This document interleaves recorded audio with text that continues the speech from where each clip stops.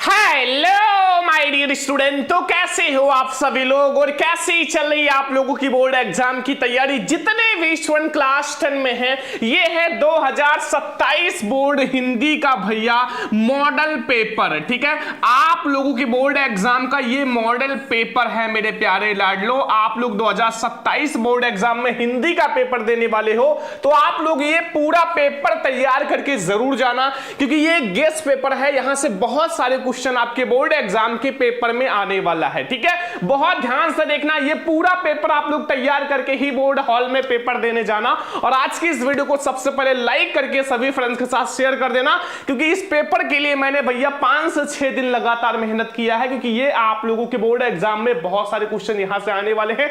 Model paper बहुत ज्यादा ये आप लोगों के लिए इंपॉर्टेंट है। तो आज की इस वीडियो को सबसे पहले लाइक करके अपने सभी फ्रेंड्स के साथ शेयर कर देना। और अगर आप लोग चैनल पर नए हैं तो प्लीज सब्सक्राइब कर लो, ऐसे में आप लोगों को हर सब्जेक्ट का मॉडल पेपर बताने वाला हूं। ठीक है, तो ये है 2027 भैया हिंदी का मॉडल पेपर। देखो, सबसे पहले आपको पेपर में अनुक्रमांक अपना डालना है, जो भी आपका रूल नंबर है। ठीक है, आप लोगों को रूल नंबर दिया जाएगा एडमिट कार्ड में। जैसे आपका रूल नंबर है 2213 71 95, तो आप ऐसे अपना रूल नंबर डाल देना, अपना नाम डाल देना।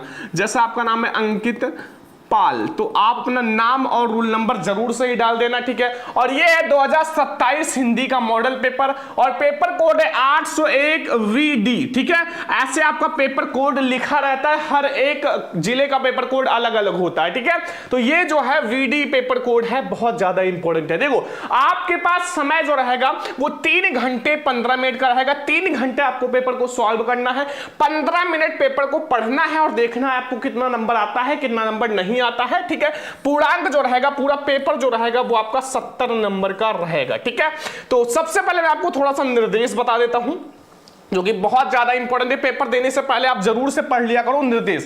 पहला, प्रारंभ के 15 मिनट परीक्षार्थियों को प्रश्न पत्र पढ़ने के लिए, शुरुआत के जो 15 मिनट होता है उसमें आप अपना प्रश्न पत्र पढ़ो और देखो आपको कितना नंबर आता है, ताकि आप लोग भैया पेपर में बिल्कुल अच्छे से कर लो। ठीक है, सभी प्रश्न करना अनिवार्य है। इस प्रश्न पत्र के 2 खंड है, खंड आ और खंड बा। खंड आ जो होगा वो 20 अंक का ऑब्जेक्टिव होगा, खंड बा 50 अंक का भैया वर्णनात्मक प्रश्न होगा, जिसे कॉपी में लिखना होगा। तीसरा, खंड आ में एक प्रश्न यानी कि 1 अंक के 20 बहुविकल्पीय प्रश्न होंगे, जिसका आंसर आपको OMR शीट पर देना है। और खंड आ के प्रत्येक प्रश्न का निर्देश पढ़कर ही आप OMR शीट पर उत्तर दो। और OMR शीट पर उत्तर देते समय ना तो आपको काटना है, ना इरेजर, ना व्हाइटनर, इन सब का प्रयोग बिल्कुल मत करना, वरना आपका जो OMR शीट है वो पेंडिंग में चला जाएगा और फिर बहुत प्रॉब्लम्स आएंगे। ठीक है, तो आप अच्छे से जो आप जानते हो वो लिखो, नहीं आता बाद में आप लिखना। ठीक है, प्रश्न के अंक उनके सम्मुख लिखा हुआ है। प्रश्न कितने अंक का, 1 अंक का है, 2 अंक का, 4 अंक का, 6 अंक का, ये भैया क्वेश्चन के सामने लिखा हुआ है। और खंडवा 50 अंक का वर्णनात्मक प्रश्न है, जिसको कॉपी में लिखना है। खंडवा में सभी प्रश्न एक साथ ही करें। ठीक है, अब हम लोग शुरुआत करेंगे सबसे पहले मेरे प्यारे स्टूडेंट खंड आ बहुविकल्पीय प्रश्न से। और बोर्ड एग्जाम के लिए बहुत इंपॉर्टेंट है। आपको मान लो बोर्ड एग्जाम में ऑब्जेक्टिव क्वेश्चन आए तो उसका ट्रिक भी बता देंगे। ठीक है, तो हम लोग शुरुआत करते हैं ऑब्जेक्टिव क्वेश्चन। प्यारे स्टूडेंट, आप लोगों को सबसे पहले बोर्ड पेपर में खंड आ जो है बहुविकल्पीय प्रश्न देखने को मिलेगा, जो कि आपका 20 में 20 नंबर का रहेगा। ठीक है, और इसमें जितने भी आपके गेस पेपर में आपके ऑब्जेक्टिव क्वेश्चन है वो बोर्ड एग्जाम 2027 के लिए बहुत ज्यादा इंपॉर्टेंट है। बहुत ध्यान से समझना। जैसे आपको पेपर दिया जाएगा हाथ में भैया बोर्ड हॉल में, सबसे पहले आपको MCQ प्रश्न करना होगा। ठीक है, तो बहुत ज्यादा ध्यान से देखना। ये खंड आ है, पूरा बहुविकल्पीय प्रश्न है। एक एक ऑब्जेक्टिव क्वेश्चन को बहुत ज्यादा ध्यान से समझना। इसमें पहला प्रश्न है, ध्यान से देखो, पहला प्रश्न है शुक्ल युग की कलावधि। कलावधि का मतलब होता है समय सीमा। जैसे किसी का जन्म और मृत्यु के बीच का जो समय होता है उसे हम लोग कहते हैं कलावधि। ठीक है, तो आप बताना है जो शुक्ल युग है, शुक्ल युग की कलावधि कब से कब तक है। ऑप्शन नंबर का है 1950 से 1900 तक नहीं, 1900 से 1920 तक बिल्कुल नहीं, 1938 तक था मेरे प्यारे स्टूडेंट। शुक्ल युग जो है 1919 से 1938 तक। ट्रिक आप लोग याद रखो, 19 दूना 38, यानी कि आपको हमेशा याद रहेगा कि 19 दूना 38, यानी कि हमारा 1919 से 1938 तक हमारा शुक्ल युग था। बहुत इंपॉर्टेंट है, तैयार कर लो।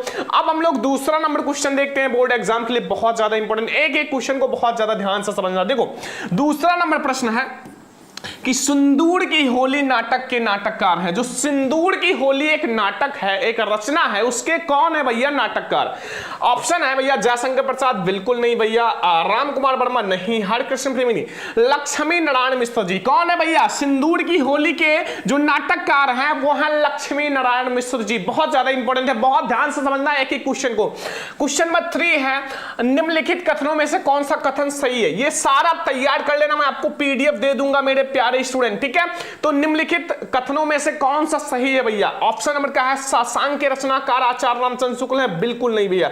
शशांक के रचनाकार आचार्य रामचंद्र शुक्ल जी नहीं है। आकाशदीप जो है कहानी के लेखक राम कुमार वर्मा आकाशदीप के भैया नहीं है। भारतेंद्र जो भारतेंद्र हरिश्चंद्र आलोचना साहित्य के जनक, बिल्कुल सही। भारतेंद्र हरिश्चंद्र को आलोचना साहित्य का जनक माना जाता है मेरे प्यारे स्टूडेंट, ठीक है। ये बहुत ज्यादा इंपॉर्टेंट है। क्या भूलो क्या याद करूं भैया? जयशंकर प्रसाद नहीं। ये आप लोग याद रखना कि हरिवंश राय बच्चन जी का है। क्या भूलूं क्या याद करूं? और किस विधा पे है? आत्मकथा विधा पे। ये 3 क्वेश्चन आप लोगों को तैयार हो गया। अब देखो एक आप लोगों का कथन और कारण वाला क्वेश्चन आएगा। अब जो बच्चे 2026 में पेपर दिए उन्होंने देखा होगा कि एक कथन और कारण वाला क्वेश्चन जरूर सही आता है, और 2027 में भी जरूर आएगा भैया एक कथन और कारण वाला।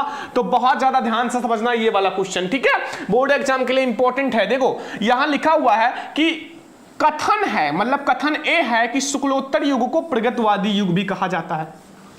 जो शुक्लोत्तर युग है उसको प्रगतवादी युग कहा जाता है, और इस युग में गद्य केवल श्रृंगार और भक्ति का वर्णन नहीं किया गया। अर्थात कथन ए तो सही है लेकिन कारण नहीं। आपका कथन ए और कारण दोनों सही व्याख्यान नहीं भैया। आपका कथन ए सही है लेकिन कारण हमारा गलत है, क्योंकि भैया जो इसमें है श्रृंगार का नहीं बोध किया गया है, इसलिए हमारा कथन तो सही है भैया।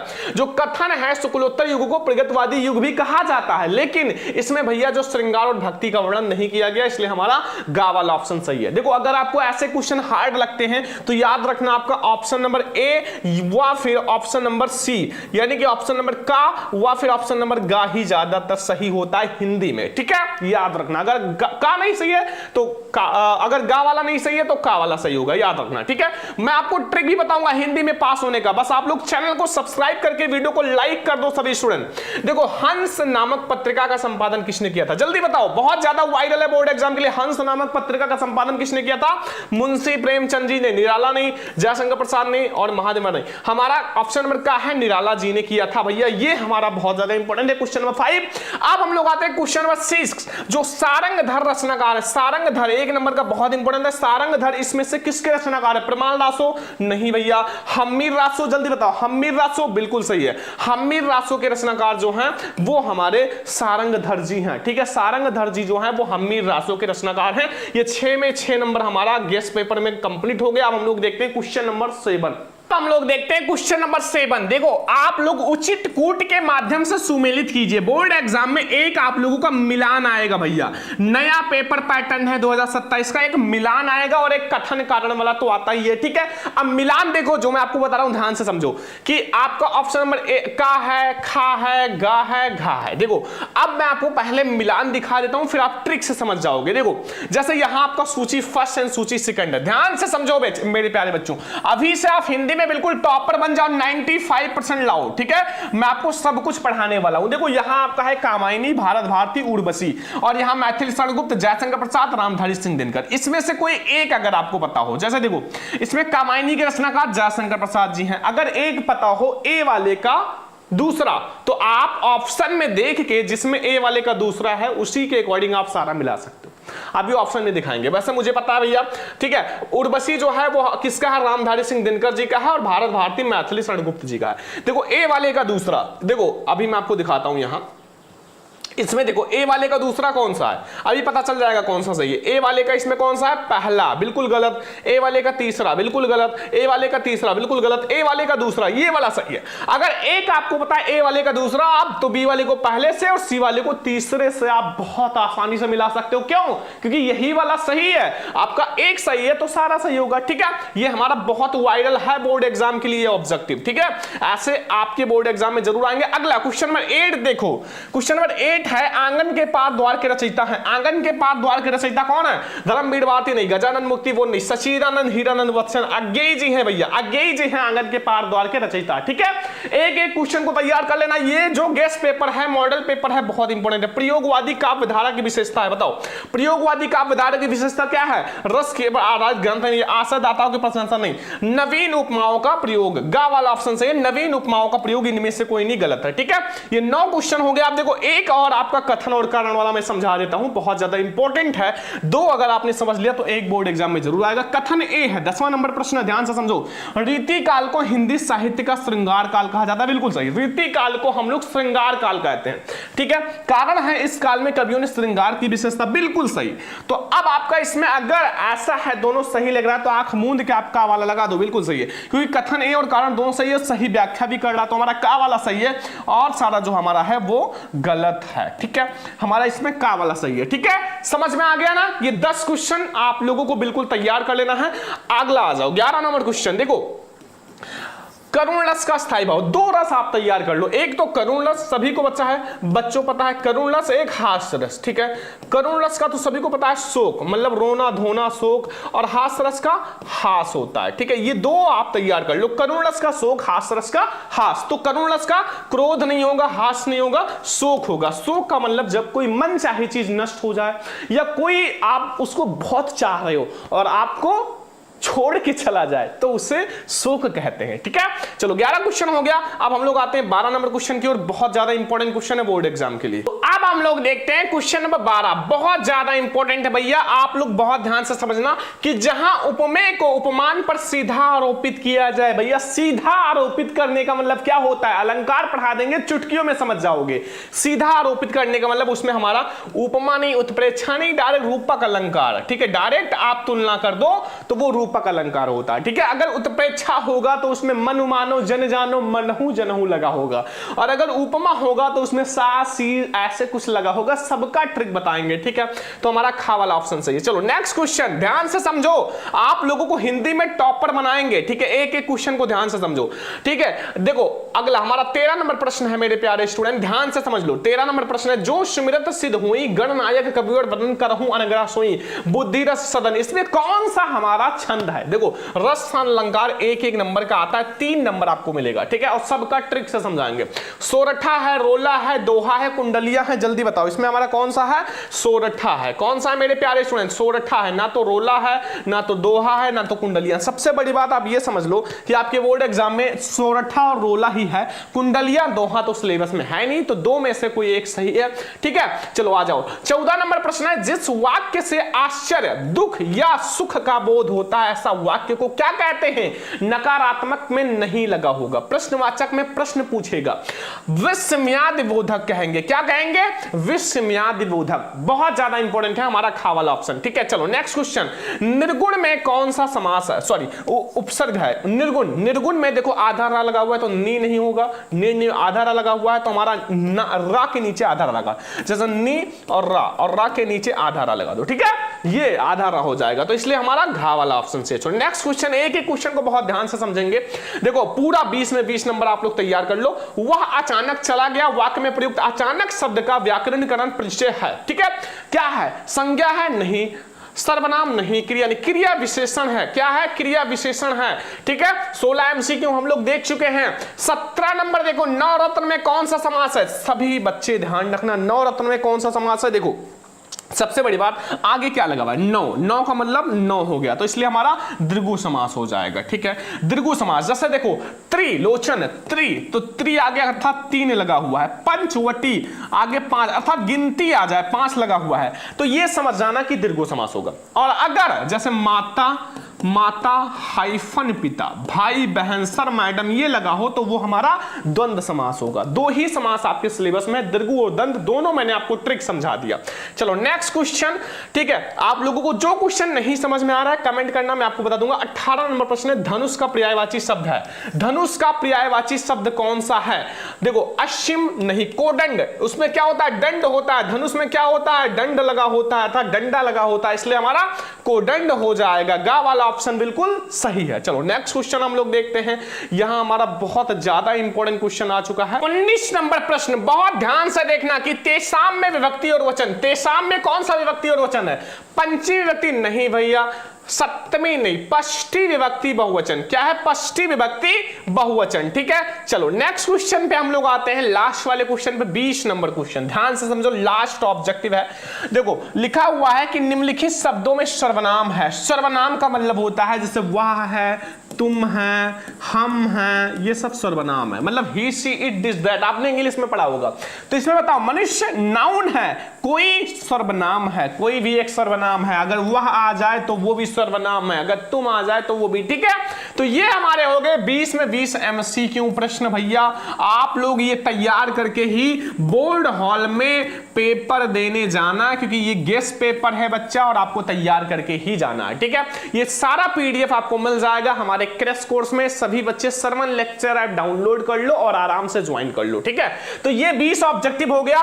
ठीक है, ये आप लोग पूरा पेपर तैयार कर लेना। अब हम लोग शुरुआत करेंगे जो खंड बा है, वर्णात्मक प्रश्न है, जो आपके बोर्ड एग्जाम के लिए बहुत इंपॉर्टेंट है, हम लोग वो समझेंगे। देखो खंड बा, अब हमारा स्टार्ट हो रहा है खंड बा वर्णात्मक प्रश्न, जिसके लिए आपको बोर्ड एग्जाम में भैया प्यारी प्यारी कॉपी दी जाएगी, और कॉपी में आपको 50 में 50 अंक लिखना होगा। ठीक है, ये पूरा आप तैयार कर लेना गेस्ट पेपर, ताकि आप लोग बोर्ड एग्जाम में 95-90% मार्क्स लाओ। देखो ये हमारा वर्णात्मक प्रश्न है। इसमें सबसे पहला प्रश्न है, निम्नलिखित गद्यांशों पर आधारित प्रश्नों का उत्तर दो। भैया 6 नंबर का एक गद्यांश रहेगा, जिसमें 3 प्रश्न रहेंगे और आपको 6 अंक देकर जाएंगे। देखो सबका ट्रिक है भैया, गद्यांश पद्यांश का ट्रिक मैं आपको बता दूंगा। देखो यहां ध्यान से समझो, यहां लिखा हुआ है कि विश्वास पात्र मित्र, मित्र शब्द आ गया किस चैप्टर से है? मित्रता चैप्टर से। सबका ट्रिक है भैया गद्यांश पद्यांश में।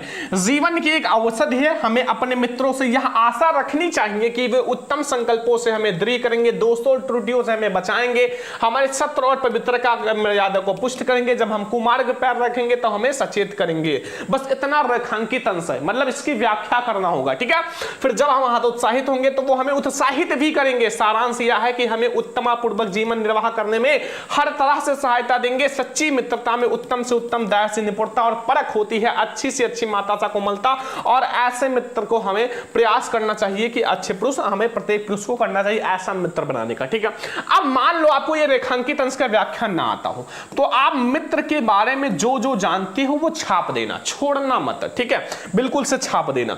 ठीक है, अब इसमें 3 प्रश्न है। देखो सबसे ज्यादा पहला तो सबसे आसान होता है भैया कि आपको प्रस्तुत पाठ के, आपका पाठ और लेखक का नाम लिखो। ये पाठ कौन सा है बच्चों? आपका मित्रता हो गया, ऐसे लिख देना बस, मित्रता हो गया। और लेखक हमारे कौन से हैं? लेखक भैया रामचंद्र शुक्ल जी हैं। लो आपका बिल्कुल भैया पक्का हो गया, मतलब 2 नंबर। ठीक है, मतलब ऐसे अगर आपने लिख दिया 2 नंबर आपका पक्का है। ठीक है, रेखांकित अंश की व्याख्या अगर ना आए तो आप चैप्टर जानते हो किस पाठ से लिया गया, आप उस चैप्टर का जो सारांश है वही आप बना के छाप दो, वही आप बना के छाप दो बस। ठीक है, मित्र के बारे में। और व्यक्ति को अपने मित्र से क्या उम्मीद रखनी चाहिए? व्यक्ति को अपने मित्र से यह उम्मीद रखना चाहिए कि वो हमें अच्छे भैया सुझाव दे। ठीक है, अगर हम हतोत्साहित हों तो हमें उत्साहित करें, ऐसे बना बना के लिख देना, 6 नंबर का आपको मिल जाएगा। ठीक है, अगर ना आए तो आगे आ जाओ। खा वाला देखो मेरे प्यारे स्टूडेंट, अगर ना आए तो आप ये दूसरा वाला गद्यांश कर सकते हो। ठीक है, कि स्त्रिया का यही अनोखा वरदान है, जिस मनुष्य के हृदय में स्त्रिया घर बना लेती है, वो उस चीज का आनंद नहीं होता था जो मौजूद होता है। स्त्रिया शब्द आ गया तो किस चैप्टर से है? स्त्रिया तू ना गई मेरे मन से। ठीक है, तो इसमें भी 3 प्रश्न है। देखो इसमें भी बहुत ज्यादा इंपॉर्टेंट 3 प्रश्न आपको मिलेगा। पहला रेखांकित, आपको संदर्भ लिखना है पाठ और लेखक। ठीक है, तो स्त्रिया तू ना गई मेरे मन से है, तो आप रेखांकित अंश की व्याख्या जो जानते हो स्त्रिया के बारे में छाप दो। स्त्रिया का मतलब होता है जलन। ठीक है, आपके पास बहुत कुछ है, लेकिन अगर दूसरे के पास थोड़ा सा भी हो जाए तो आप सोचोगे उसके पास क्यों हो गया, ये होता है जलन। ठीक है, अब देखो प्रस्तुत गद्यांश में लेखक का क्या कहना चाहता है, तो ये आपको तैयार कर लेना है, 6 नंबर मिल जाएगा। दोनों में से कोई एक कर देना। मैंने एक बहुत इंपॉर्टेंट जो था मित्रता वाला वो मैंने करा दिया, अब ये वाला आप लोग घर पे कर लेना। HW आप जाके भैया कर लेना सभी स्टूडेंट, ये आप लोग पेपर तैयार कर लेना। ठीक है, अब दूसरा आता है निम्नलिखित पद्यांशों में से प्रश्न का उत्तर दो, 6 नंबर का। ये पद्यांश है, जैसे गद्यांश 6 नंबर का आता है, है वैसे बोर्ड पेपर में पद्यांश भी 6 नंबर का आता है। ये वाला पद्यांश आप लोग बिल्कुल से तैयार कर लेना। पुरते निकसे रघुवीर वधु धरती दग में मग है एंड झलकी भरी भाल कनि झलकी पुटकी चाहे मथुरा धर है। अब फिर बूझते चलनो अब कहता कि पूर्ण कुटे बड़े हैं और तिया की लख आध पिया की अखिया आध चंद। बहुत इंपॉर्टेंट है भैया, बहुत इंपॉर्टेंट है, ठीक है। आप लोग बिल्कुल से तैयार कर लेना। इसमें भी 3 प्रश्न है भैया। पहला, प्रस्तुत पद्यांश का संदर्भ हिंदी व्याख्या काव्य सौंदर्य 2 नंबर मिल जाएगा। जो आप लोगों का धनुष भंग वन पथ वाला है ना, वन पथ पर वही से लिया गया भैया, तुलसीदास जी का है। किसका है? तुलसीदास जी का, ठीक है। चलो नेक्स्ट, दूसरा क्वेश्चन, किस कारण सीता जी के माथे पर पसीना और ओठ सूख रहे थे? सभी को पता है सीता माता जी जो थी एक बहुत बड़े राजा के यहाँ की थी। अब उनको जैसे शादी हुआ, वनवास हो गया, तो अब जब इतना ज्यादा किसी को चलना पड़ेगा तो भाई माथे पे पसीना तो आएगा, थकान तो महसूस होगा ही। जैसे अगर हमें ज्यादा दूर चलना हो तो हमें भी थकान महसूस होगा, ऐसे सभी व्यक्ति होते हैं। रेखांकित अंश की व्याख्या कर देना, 2 नंबर आपको मिल जाएगा। बस इतना सा आपको करना है, बहुत इंपॉर्टेंट है बच्चा, तैयार कर लेना बोर्ड एग्जाम के लिए। आगे आ जाओ, अगर नहीं आता तो ये वाला आप लोग कर लेना। देखो ये वाला कि सच्चा प्रेम वही जिनकी तृप्त में आत्म पल बहु निर्भर, त्याग बना निष्प्रेम कहां प्रेम पर निछावर, देश प्रेम व पुण्य क्षेत्र असमानी ब्याल से बिल से आत्मा की मनुष्यता होती है विकसित। ये भी बहुत इंपॉर्टेंट है, इसमें भी 3 प्रश्न होगा। रेखांकित अंश की व्याख्या, संदर्भ और मनुष्यता होती है विकसित का क्या अर्थ है, ठीक है। बस आपका ये हो गया 6 अंक भैया गद्यांश का प्लस 6 अंक पद्यांश का। ये बिल्कुल इंपॉर्टेंट है बच्चों, ठीक है, आप लोग तैयार कर लेना। अब हम लोग आते हैं जो हमारा अगला है संस्कृत का गद्यांश पद्यांश, बहुत इंपॉर्टेंट क्वेश्चन। अब हमारा जो आता है तीसरा का खा जो रहेगा वो संस्कृत का गद्यांश रहेगा, तीसरा का खा जो रहेगा वो पद्यांश रहेगा। और गद्यांश पद्यांश आपका 5 और प्लस 5 इक्वल टू 10 नंबर देकर जाएगा भैया संस्कृत का, ठीक है। तो देखो इसमें है निम्नलिखित संस्कृत गद्यांशों में से किसी का संदर्भ और अनुवाद कीजिए भैया, 5 नंबर का सबसे पहले, ठीक है। अब ये वाला आप तैयार कर लेना। ऐसा नगरी भारतीय संस्कृत भाषा में केंद्रम स्थली एवं संस्कृत लोगा प्रसिद्ध मुगल युवराज दारा सिंह। जो बच्चे थोड़ा सा पढ़े होंगे पता चल गया होगा किस चैप्टर से लिया गया है, ठीक है। अत्यंत भारतीय दर्शन अध्ययन आंकड़ों गणनम तथा उपनाथ फारसी भाषा में करिता। वाराणसी पाठ से बच्चा, वाराणसी। अब इसमें संदर्भ में केवल पाठ का नाम ही लिखना होता है भैया संस्कृत में, इसमें लेखक और कवि नहीं होते, ठीक है। आपका 2 नंबर मिल जाएगा। व्याख्या आप छाप देना, नहीं आता भैया जाके गद्यांश से 4 लाइन उठा के लिख देना, छोड़ना मत बोर्ड पेपर में। अथवा यहां दुर्मुखा द्युख, अगर नहीं आता तो ये दूसरा वाला कर लेना, 5 नंबर मिल जाएगा, ठीक है। चंद्रशेखरा वाला कि कसाघात दुर्मुखा स्वतंत्रता चंद्रशेखरा पुनः भारत माता की जय, यानी कि भारत जय इद वदति, ठीक है। ये पंचेता यदा चंद्रशेखरा कारागार मुक्त बही अग्रसन तदेव सदन, ठीक है। तो चंद्रशेखर आजाद जी को जब भैया कारागार में डाला गया था तब की बात है। तो बहुत इंपॉर्टेंट है, आप ये वाला कर सकते हो, ठीक है। दोनों में से कोई एक आपको करना होगा, 5 अंक आपको मिल जाएगा। बहुत ज्यादा इंपॉर्टेंट है भैया, आप 2-3 चैप्टर तैयार कर लो, गद्यांश कंप्लीट है। एक वाराणसी, एक आप लोगों का चंद्रशेखरा वाला और एक आप लोगों को भारतीय संस्कृति। बस आपका इससे बाहर गद्यांश नहीं आएगा, गारंटी है। चलो नेक्स्ट आ जाओ, चौथा नंबर प्रश्न। यहां लिखा हुआ है निम्नलिखित संस्कृत पद्यांशों में से किसी एक का संदर्भ पद्यांश का संदर्भ और व्याख्या करो। संदर्भ 2 नंबर और व्याख्या 3 नंबर, टोटल 5 अंक मिल जाएगा। बहुत आसान होता है। देखो यहां लिखा बंधनम मरणम यपि जयो प्राजय उभय समवीरा वीर भावे ही वीरता। बंधन हो अथवा मरण हो, बंधन का मतलब शादी हो अर्थात मरना हो, जो वीर होता है वो एक ही समान हमेशा रहता है। अथवा सर्वे भवन सुखना सर्वे संदना में सर्वे बदान पक्षमा खीजा दुआ, सब सुखी हो सब रोग रहित हो, मतलब कोई भी रोगी ना हो और सब कल्याण को देखे अर्थात सभी का कल्याण हो, कोई दुख का भागी ना बने। देखो मैंने आपको व्याख्या कितना आसानी से समझा दिया, थोड़ा अगर ध्यान से पढ़ोगे समझ में आ जाएगा। 5 में 5 अंक मिल जाएगा। थोड़ा सा व्याख्या लिख देना, संदर्भ छोटा सा लिख देना बस। तो ये दोनों बहुत इंपॉर्टेंट है भैया, ये गेस्ट पेपर बहुत इंपॉर्टेंट है। तो ये दोनों आप तैयार करना, गद्यांश और पद्यांश संस्कृत का। मैं कहता हूं 5 नंबर आपके हाथ में आ जाएगा। चलो आ जाओ, अगर अगला क्वेश्चन देखते हैं। देखो अब देखो सबसे बड़ी बात, 5वां नंबर, निम्नलिखित प्रश्नों में से स्वपठित खंडकाव्य के आधार प्रश्न का उत्तर दो, 3 नंबर। अब आपको भैया इसमें छोटा सा काम करना है, नीचे है कमेंट बॉक्स, उसमें आप लिख दो कि आप किस जिले से हो, मतलब जिले का नाम। जब आप जिले का नाम बताओगे ना तो आपको मैं दे दूंगा भैया कि आपके जिले में कौन सा खंडकाव्य आएगा, या फिर आप स्कूल जाते हो अपने हिंदी वाले टीचर से पूछ लेना, वो भी आपको बता देंगे आपको कौन सा खंडकाव्य पढ़ना है। जैसे अगर पूजा खंडकाव्य है, तुमुल खंडकाव्य है, ऐसे बहुत सारे खंडकाव्य है, कोई एक करना। जय सुभाष खंडकाव्य है, है। फिर मुक्तक खंड काव्य है भैया ज्योति जवाहर, हमारे इधर जो है गोंडा जिले में ज्योति जवाहर खंड काव्य आता है, ठीक है। कर्मवीर भरत खंड काव्य है, मेवाड़ मुकुट खंड काव्य है, कर्ण खंड काव्य, ठीक है। तो कर्ण खंड काव्य कोई एक आपको करना है, 3 अंक मिल जाएगा और बहुत आसान होता है, ये तो आपका फिक्स है, 100% फिक्स है कि भैया आएगा, क्योंकि ये आपका हर साल आता है, ठीक है। तो आप ये तैयार कर लेना। अब आते हैं हमारा सबसे ज्यादा इंपॉर्टेंट, जिले का नाम भैया कमेंट कर देना हर बच्चा, ठीक है, और कमेंट कर देना आपका सपना कितना है, 95% लाने का, 90% लाने का, या केवल पास होने का। सभी स्टूडेंट कमेंट करना आपका कितना टारगेट है बोर्ड एग्जाम 2027 में फोड़ने का। आपके सरन भैया खड़े हैं बिल्कुल हर पेपर में आपको पढ़ाने के लिए, ठीक है। देखो अब आता है शिक्षक का, निम्नलिखित लेखकों में से किसी एक लेखक का जीवन परिचय, उनकी रचना भैया लिखना है, 5 अंक मिलेगा। अब 3 ऐसा जीवन परिचय जो बहुत इंपॉर्टेंट है, तैयार कर लो। आचार्य रामचंद्र शुक्ल जी का, जयशंकर प्रसाद जी का, डॉक्टर राजेंद्र प्रसाद जी का, इसमें से 2 तो बोर्ड एग्जाम में आएगा ही। और जीवन परिचय लिखना कैसे, 3 स्टेप में, 3 स्टेप में मैं आपको तीनों स्टेप में बता देता हूं, मैं आपको बताऊंगा कैसे लिखना है। पहला आप उनका छोटा सा संक्षिप्त जीवन परिचय लिखना, संक्षिप्त जीवन परिचय, फिर उनका एक बड़ा सा जीवन परिचय, एक बड़ा सा जीवन परिचय, फिर उनकी रचना। आप किसी भी कवि और लेखक का लिख रहे हो 3 स्टेप में लिखना। आपको एग्जामिनर पहले में आपको देगा 2 नंबर, इसमें 1 नंबर और इसमें आपको 2 नंबर, टोटल आपको 5 अंक दे देगा, ठीक है। तो ये 3 स्टेप में लिखना और ये तीनों जीवन परिचय तैयार कर लेना लेखक का। और कवि का आपको कौन कौन सा तैयार कर लेना है भैया बोर्ड एग्जाम के लिए, देखो खा वाला समझो।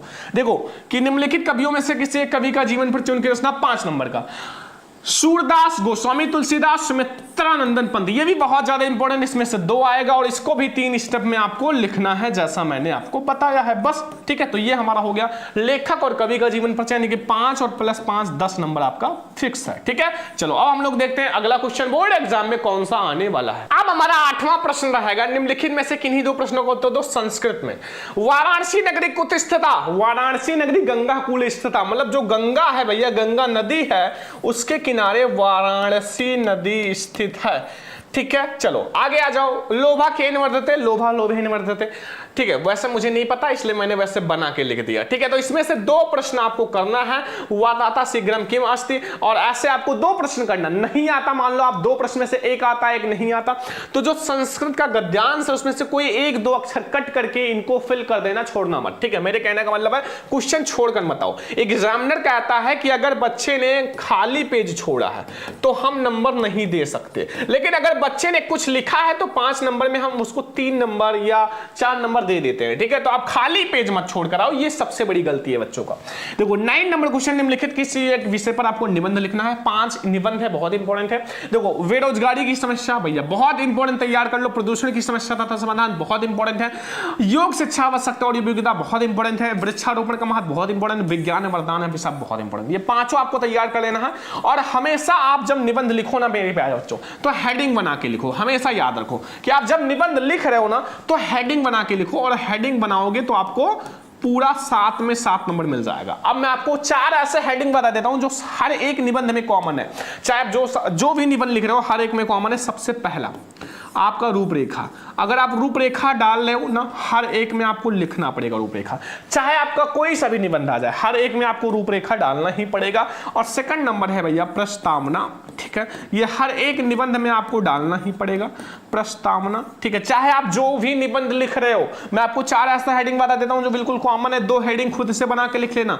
और आप कोई भी चीज लिख रहे हो उसका अर्थ जरूर ही लिखना, और लास्ट में, सबसे लास्ट में, बीच में 1-2 हेडिंग और भरने के बाद लास्ट में आप उपसंहार लिख देना। उपसंहार का मतलब होता है जो हम निष्कर्ष निकला, ठीक है। बस ये 4 हेडिंग कॉमन है, सब में डाल सकते हो। 2 हेडिंग खुद से बना के लिख देना, 6 हेडिंग बहुत है निबंध के लिए, ठीक है। तो ये हमारा हो गया बहुत इंपॉर्टेंट भैया क्या, निबंध। अब लास्ट में, सबसे लास्ट में हमारा आता है बहुत ज्यादा इंपॉर्टेंट मेरे प्यारे बच्चों कि 10वां नंबर, छात्रवृत्ति प्राप्त करने हेतु तो अपने विद्यालय के प्रधानाचार्य को एक पत्र लिखो। अथवा नहीं आता तो आपके विद्यालय के पुस्तकालय में हिंदी पुस्तकों की पत्रिकाओं का अभाव है, इन्हें अनुरोध कीजिए मंगवाने का प्रधानाचार्य जी से, ठीक है। ये दोनों में से कोई एक आपके बोर्ड एग्जाम में आएगा, तैयार कर लो 4 नंबर का, ठीक है, याद करना, ठीक है। मैं आपको ट्रिक बता दूंगा, हर एक का ट्रिक बताएंगे। तो ये हमारा हो गया गेस्ट पेपर, मॉडल पेपर, जो कि बोर्ड एग्जाम के लिए बहुत इंपॉर्टेंट है, आपको तैयार करके ही बोर्ड एग्जाम में पेपर देने जाना है, ठीक है। और भी सब्जेक्ट का अगर आपको चाहिए गेस्ट पेपर तो आप हमारा क्रैश कोर्स ज्वाइन कर सकते हो। सभी बच्चे से आपका रिक्वेस्ट है कि क्रैश क्रैश कोर्स ज्वाइन कर लो मेरे प्यारे बच्चों, ठीक है। हमारा जो क्रैश कोर्स है उसको आप ज्वाइन कर लो, बहुत कम फीस में भैया मैं आपको सारा सब्जेक्ट पढ़ाने वाला हूं। आप लोगों के लिए मैंने 3 महीना मेहनत किया है, फिर मैं आप लोगों के लिए एक क्रैश कोर्स लाया हूं। तो आप लोग प्लीज अपना प्यार दिखाओ और जल्दी से ज्वाइन कर लो भैया। आप लोग हमें कॉल या व्हाट्सएप कर सकते हो, जितने में एक बर्गर आता है ना उतनी फीस है। आप जल्दी से कॉल या व्हाट्सएप कर लो, हर बच्चे को कॉल या व्हाट्सएप करना है 9918 86 31 96 पर आप हमें कॉल या व्हाट्सएप करके जल्दी से ज्वाइन कर लो। और ये हमारा हिंदी का एक गेस्ट पेपर मॉडल पेपर है, सभी क्वेश्चन को तैयार कर लेना। और अगर आपको और सब्जेक्ट का चाहिए कमेंट कर देना किस और सब्जेक्ट का चाहिए। अब हम लोग मिलेंगे नेक्स्ट क्लास में, तब तक ले जय हिंद, वंदे मातरम।